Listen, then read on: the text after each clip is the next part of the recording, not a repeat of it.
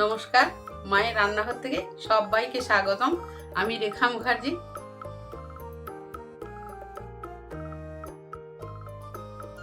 এবার কিছুটা জল নিয়ে নিচ্ছি, হাফ চামচ নুন দিয়ে দিলাম।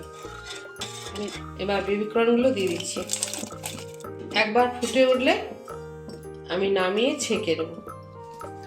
সেদ্ধ হয়ে গিয়ে আমি ছেঁকে নিয়েছি। কর্নফ্লাওয়ারটা একটু বেশি লাগবে, 4 চামচ দিচ্ছি।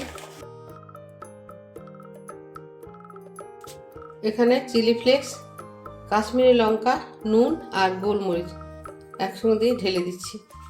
এবার ভালো করে মাখিয়ে নেব। এবার সাদা তেল ঢেলে দিচ্ছি। মাখাটা ঠিক এরকম শুকনো শুকনো হতে হবে। তেলটা গরম হয়ে গেছে, এবার দিয়ে দিচ্ছি।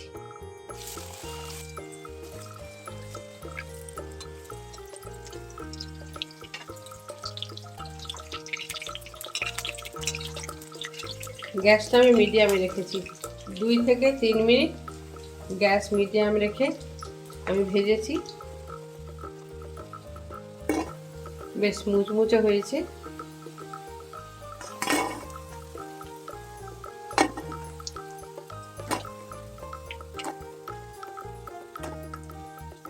যেগুলো বাকি আছে আবার আমি ভেজে নিচ্ছি।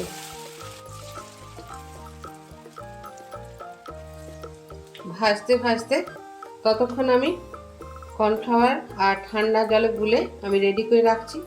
তো যেটাই আমি মেখেছিলাম সেটাতে অনেকটা কর্নফ্লাওয়ার লেগেছিল, সেটা নষ্ট না করে আমি ওতেই হাফ চামচের মতো কর্নফ্লাওয়ার দিয়ে দিলাম। তেলটা কমিয়ে নিয়ে আমি ওই তেলে রসুনটা ভেজে নিচ্ছি। পেঁয়াজটা দিয়ে দিচ্ছি। পেঁয়াজটা খুব জেরে জেরে করে কাটা আছে।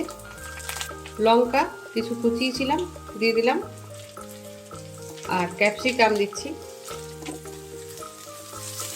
এবার সব একসাথে জাস্ট একটু নরম করে নেব। পরিমাণ মতো নুন দিয়ে দিলাম, আর হাফ চামচেরও কম একটু চিনি দিলাম। চিনিটা দিলাম ব্যালেন্স রাখার জন্য। তো মিষ্টিটা যে যেমন খাবেন সেইভাবে দেবেন। আমি এখানে একটু কাশ্মীরি লঙ্কার গুঁড়ো দিলাম কালার হওয়ার জন্য। এখানে আছে টমেটো কেচাপ 2 চামচ, গ্রিন চিলি সস 1 চামচ, সয়া সস 1 চামচ।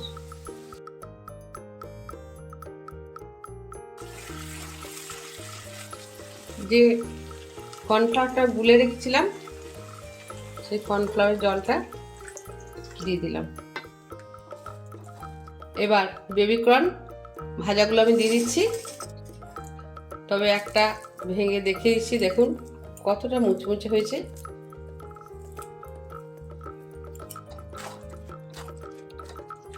তবে এটা বানিয়ে খেলেই ভালো হয়, বেশ মুচমুচে থাকে। আবার যদি একটু নামিয়ে রাখেন তাহলে একটু নরম হয়ে যাবে।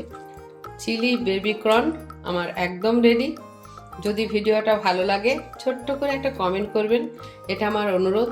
ভিডিওটা লাইক, শেয়ার, সাবস্ক্রাইব করার অনুরোধ রইল।